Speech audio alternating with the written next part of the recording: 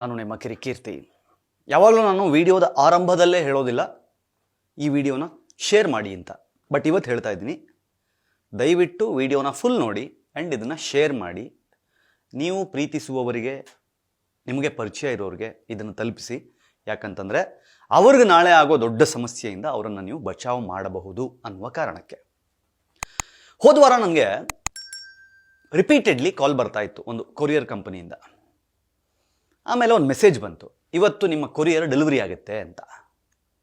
In fact ನಾನೇನು ಬುಕ್ಕೇ ಮಾಡಿರಲಿಲ್ಲ, ನಾನೇನು ಆರ್ಡ್ರ್ ಮಾಡಿರಲಿಲ್ಲ, ನನಗೆ ಯಾರೂ ಕೊರಿಯರ್ ಕಳಿಸೋರು ಇರಲಿಲ್ಲ. ಆದರೂ ನನಗೆ ಕೊರಿಯರ್ ಬರ್ತಾ ಇತ್ತು. ನಾನು ಹೇಳಿದೆ, ಇಲ್ಲ, ನಾನು ಯಾವುದು ಆರ್ಡ್ರ್ ಮಾಡಿಲ್ಲ ಅಂತ. ಇಲ್ಲ ಸರ್, ಮಾಡಿದ್ದೀರಾ? ಸೊ ಅದನ್ನು ಡೆಲಿವರಿಗೆ ಬರ್ತಾ ಇದ್ದೀನಿ, ಅಡ್ರೆಸ್ ಹೇಳು ಅಂದೆ. ನನ್ನ ಹಳೆಯ ಮನೆ ಅಡ್ರೆಸ್ ಹೇಳ್ದ.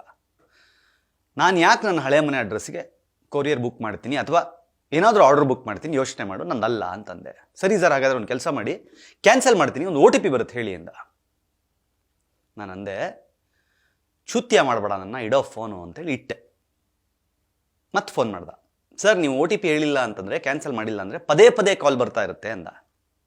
ಇನ್ನೊಂದು ಸಲ ಕಾಲ್ ಬಂದರೆ ನೀನು ಎಲ್ಲಿರ್ತೀಯ ಅಂತ ನಿನಗೆ ಗೊತ್ತಿರಲ್ಲ ಅಂತ ನಾನು ಅವನಿಗಂದೆ. ಅಬ್ರಪ್ಟಾಗಿ ಕಾಲ್ ಕಟ್ ಆಯಿತು, ಫಿನಿಶ್, ಆ ಕೇಸ್ ಕ್ಲೋಸ್. ಆಮೇಲೆ ಮರ್ತುಬಿಟ್ಟೆ ನನ್ನನ್ನು, ಯಾವುದೋ ಫ್ರಾಡ್ಸ್ಟರ್ ಇರಬೇಕು, ಬಿಟ್ಬಿಡಿ ಅಂತ. ನನ್ನ ಫ್ರೆಂಡ್ ಒಬ್ಬರು ಫೋನ್ ಮಾಡಿದ್ರು.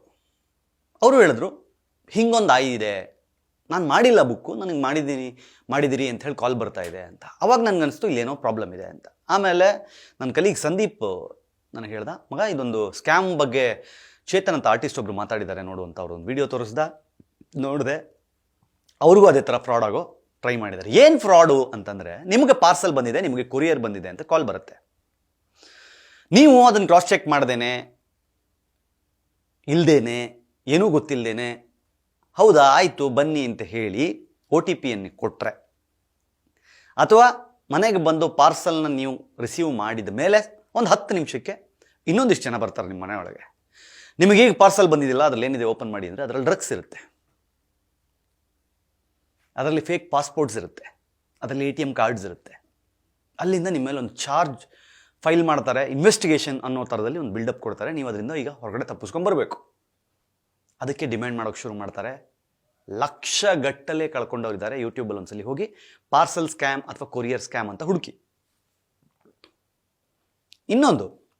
ಇದರಲ್ಲಿ ಇನ್ನೊಂದು ನೆಕ್ಸ್ಟ್ ವರ್ಷನ್ ಇದೆ, ಅದು ದೊಡ್ಡ ಮಟ್ಟದ್ದು. ಏನು ಅಂತಂದರೆ, ನಿಮಗೆ ಕಾಲ್ ಬರುತ್ತೆ ಟ್ರೂ ಕಾಲರಲ್ಲಿ. ಆ ಕಾಲ್ ಫೆಡೆಕ್ಸ್ ಅಥವಾ DHL, ದೊಡ್ಡ ದೊಡ್ಡ ಕೊರಿಯರ್ ಕಂಪನಿ, ಅಂದರೆ ಇಂಟರ್ನ್ಯಾಷನಲ್ ಕೊರಿಯರ್ಸ್ ಮಾಡುವಂತಹ ಕಂಪ್ನಿಗಳ ಹೆಸರು ಬರುತ್ತೆ ಟ್ರೂ ಕಾಲರ್ನಲ್ಲಿ. ಕಾಲ್ ರಿಸೀವ್ ಮಾಡಿದ ತಕ್ಷಣ, ನೀವು ಕಳಿಸಿರುವ ಪಾರ್ಸಲ್ ಕಸ್ಟಮ್ಸ್ ಅವರು ಹಿಡಿದು ಬಿಟ್ಟಿದ್ದಾರೆ,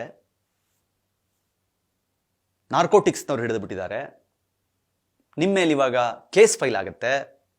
ಅದರಲ್ಲಿ 25-30 ಫೇಕ್ ಪಾಸ್ಪೋರ್ಟ್ಸ್ ಇದೆ, ATM ಕಾರ್ಡ್ಸ್ ಒಂದು 50 ಇದೆ, ಹಾಗೆ ಡ್ರಗ್ಸ್ ಸಿಕ್ಕಿದೆ 150 ಗ್ರಾಮ್. ನೀವು ಇದನ್ನು ಎಲ್ಲಿಗೆ ಪಾರ್ಸಲ್ ಮಾಡ್ತಾ ಇದ್ರಿ? ಇಲ್ಲಿಂದ ಥೈಲ್ಯಾಂಡಿಗೆ ಬುಕ್ ಮಾಡಿದ್ರಿ. ಅವನು ಹೇಳ್ತಾನೆ, ಅಯ್ಯಯ್ಯೋ ನಾನು ಮಾಡೇ ಇಲ್ಲ. ನೀವು ಮಾಡಿಲ್ಲ ಅಂತ ನೀವು ಹೇಳ್ತಾ ಇದ್ದೀರಾ, ಬಟ್ ನಿಮ್ಮ ಆಧಾರದ ಮೇಲೇ ಇದು ರಿಜಿಸ್ಟರ್ ಆಗಿದೆ, ನೀವು ವೆರಿಫೈ ಮಾಡಿದಿರಿ, ನಿಮ್ಮ ಫೋನ್ ನಂಬರ್ ಇದೇನಾ ಅಂತ ಅಂದ್ಬಿಟ್ಟು ಮತ್ತೊಂದ್ಸಲಿ ಕ್ರಾಸ್ ಚೆಕ್ ಮಾಡಿಸಿ, ಅದೇ ಯಾವ ನಂಬರ್ಗೆ ಮಾಡಿರ್ತಾರೋ ಅದೇ ನಂಬರ್ನ ಮತ್ತೆ ಹೇಳಿ. ನಿಮ್ಗೆ ಭಯ ಸ್ಟಾರ್ಟ್ ಆಗುತ್ತೆ. ಅವಾಗ ಹೇಳ್ತಾರೆ, ನಾರ್ಕೋಟಿಕ್ಸ್ ಆಫೀಸರ್ಸ್ ಅಥವಾ ಕಸ್ಟಮ್ಸ್ ಆಫೀಸರ್ ನಿಮ್ಮ ಜೊತೆ ಇನ್ವೆಸ್ಟಿಗೇಷನ್ಗೆ ಕಾಲಿಗೆ ಬರ್ತಾರೆ ಅಂತ ಹೇಳಿ ವಿಡಿಯೋ ಕಾಲ್ ಸ್ಟಾರ್ಟ್ ಆಗುತ್ತೆ. ವಿಡಿಯೋ ಕಾಲಲ್ಲಿ ಇನ್ವೆಸ್ಟಿಗೇಷನ್ ಥರ ಶುರು ಮಾಡ್ತಾರೆ. ಅವಾಗ ಹೇಳ್ತಾರೆ, ಇದು ನೀವು ಇವಾಗ ಮನಿ ಲಾಂಡ್ರಿಂಗ್ ಕೇಸ್ ಬರುತ್ತೆ ನಿಮ್ಮ ಮೇಲೆ, ಬಿಕಾಸ್ ಅದರಲ್ಲಿ ATM ಏನು ಸೀಸ್ ಆಗಿದೆ, ಅದರಲ್ಲಿ ಕೋಟಿಗಟ್ಟಲೆ ಹಣ ಇತ್ತು. ಆಮೇಲೆ ಡ್ರಗ್ಸ್ ಹೋಗಿರೋದ್ರಿಂದ ನಾರ್ಕೋಟಿಕ್ಸ್ ಅಂಡರಲ್ಲಿ ಬರುತ್ತೆ, ನೀವು ಲೈಫ್ ಟೈಮ್ ಜೈಲಲ್ಲಿ ಇರಬೇಕಾಗುತ್ತೆ ಅಂತೆಲ್ಲ ಭಯ, ಪ್ಯಾನಿಕ್ ಮಾಡಿಸಿ ಲಾಸ್ಟಿಗೆ ಒಬ್ಬ ಸೆಟಲ್ಮೆಂಟ್ ಕಾಲ್ ಮಾಡ್ತಾನೆ. ನೀವು ನೋಡಿದ್ರೆ ಮುಗ್ದ್ರ ಥರ ಕಾಣ್ತಾ ಇದ್ದೀರಿ, ಏನೋ ಗೊತ್ತಿಲ್ಲದೆ ಯಾರೋ ನಿಮ್ಮ ಹೆಸರಲ್ಲಿ ಮಾಡಿರ್ಬೋದು, ಕೇಸ್ನ FIR ಕ್ಯಾನ್ಸಲ್ ಮಾಡೋಕ್ಕೆ ಇಷ್ಟಿಷ್ಟು ಆಗುತ್ತೆ ಅಂತ ಅಂದ್ಬಿಟ್ಟು ಲಿಟ್ರಲಿ ನಂಬಿಸಿ ಲಕ್ಷಗಟ್ಟಲೆ ಪೀಕ್ತಾರೆ.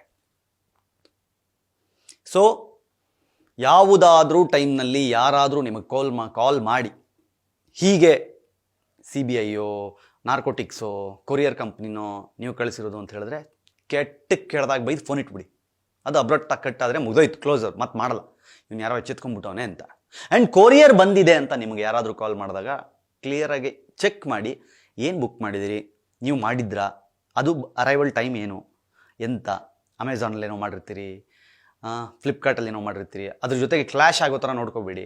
ಯಾವುದೋ ಕೊರಿಯರ್ ಬಂದಾಗ ಅಮೆಝಾನ್ದೇ ಇರ್ಬೋದು ಅಂತ ಓಕೆ ಅಂದ್ಬಿಡೋದು, OTP ಕೊಟ್ಬಿಡೋದು, ಮನೆಗೆ ಬನ್ನಿ ಅಂದ್ಬಿಡೋದು, ರಿಸೀವ್ ಮಾಡ್ಕೊಂಬಿಡೋದು. ಯಾಮಾರಬೇಡಿ, ಎಡವಟ್ ಮಾಡ್ಕೋತೀರಿ. ಸ್ವಲ್ಪ ಹುಷಾರಾಗಿರಿ. ಬಹಳ ದೊಡ್ಡ ಮಟ್ಟದಲ್ಲಿ ಈ ಜಾಲ ನಡೀತಾ ಇದೆ. ಇದನ್ನು ಸಿಗಾಕೊಂಡು ಸಾಕಷ್ಟು ಜನ ಒದ್ದಾಡ್ತಾ ಇದ್ದಾರೆ. ನಿಮ್ಮ ಮನೇಲಿ ಹಿರಿಯರು ಇರ್ತಾರೆ, ಸೋಷಿಯಲ್ ಮೀಡಿಯಾದಿಂದ ಸ್ವಲ್ಪ ದೂರ ಇರ್ತಾರೆ, ಅಂಥವರಿಗೆ ಈ ವಿಡಿಯೋನ ತೋರಿಸಿ ಅರ್ಥ ಮಾಡಿಸಿ. ಯಾಕಂದರೆ ಇಲ್ಲದ ಸಮಸ್ಯೆಯನ್ನು ಮನೆಯೊಳಗೆ ಎಳ್ಕೋಬೇಡಿ, ಜೀವನಕ್ಕೆ ಎಳ್ಕೋಬೇಡಿ. ಯಾರಿಗಾದರೂ ಭಯ ಆಗುತ್ತೆ, ಡ್ರಗ್ಸ್ ಸಿಕ್ತು ನೀವು ಕಳಿಸಿರೋ ಪಾರ್ಸಲಲ್ಲಿ ಅಥವಾ ನಿಮಗೆ ಬಂದಿರೋ ಪಾರ್ಸಲಲ್ಲಿ. ನೀವೇ ಯೋಚನೆ ಮಾಡಿ, ನೀವು ಗೊತ್ತಿಲ್ಲದೆ ಕೊರಿಯರ್ನ ರಿಸೀವ್ ಮಾಡಿ ಮನೆಯೊಳಗೆ ಹೋಗಿ 2 ನಿಮಿಷಕ್ಕೆ ಡೋರ್ ಬೆಲ್ ಆಗುತ್ತೆ. ಡೋರ್ ಬೆಲ್ ಆದ ತಕ್ಷಣ ಇವಾಗ ನಿಮಗೆ ಕೊರಿಯರ್ ರಿಸೀವ್ ಮಾಡೋದ್ರಲ್ಲ, ಅದ್ರಲ್ಲಿ ಏನಿದೆ ತೆಗೀರಿ ಅಂತಂದ್ರೆ ನೀವು ಅವ್ರ ಎದುರುಗಡೆ ಓಪನ್ ಮಾಡಿದಾಗ ಅದ್ರಲ್ಲಿ ಡ್ರಗ್ಸ್ ಇದ್ದರೆ ಹೆಂಗಾಗಬೇಕು? ಅವರದ್ದೇ ಟೀಮ್, ಅವರೇ ಕೊರಿಯರ್ ಮಾಡ್ತಾರೆ, ಅವರೇ ಡೆಲಿವರಿ ಟೈಮಲ್ಲಿ ಇರ್ತಾರೆ, ಅವರೇ ಏನು ರೈಡ್ ಮಾಡೋಕ್ಕೆ ಬರ್ತಾರೆ, ಅವರೇ ಲಾಕ್ ಮಾಡ್ತಾರೆ. ನಿಮ್ಮ ಮನೆಯಲ್ಲೇ ಇದ್ದು ನಿಮ್ಮನ್ನೇ ಬಚಾವ್ ಮಾಡ್ತೀವಿ ಅನ್ನೋ ಅರ್ಥದಲ್ಲಿ ನಿಮ್ಮಿಂದ ಲಕ್ಷ ಲಕ್ಷ ಪೀಕಿ ಹೋಗ್ತಾರೆ. ಸೊ ಹುಷಾರಾಗಿರಿ. This is scam alert. ದಯವಿಟ್ಟು ಹುಷಾರಾಗಿರಿ. ಮತ್ತೆ ಹೇಳ್ತಾ ಇದ್ದೀನಿ, ಇದನ್ನು 100 ಜನರಿಗೆ ತಲುಪಿಸಿ, ಅರ್ಥ ಮಾಡಿಸಿ.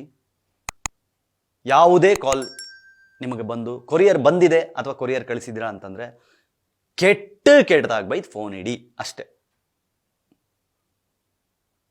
ಪ್ಲೀಸ್ ಹುಷಾರಾಗಿರಿ. ನೋಡ್ತಾ ಇರಿ ಸ್ಪೀಡ್ ಪ್ಲಸ್ ಕರ್ನಾಟಕ. ಯಾಕಂದರೆ ಇದು ನಿಮ್ಮಿಂದ ನಿಮಗಾಗಿ, ನಿಮಗೋಸ್ಕರ. ಮತ್ತೆ ಸಿಗ್ತೀನಿ. ನಮಸ್ಕಾರ. Speed plus Karnataka.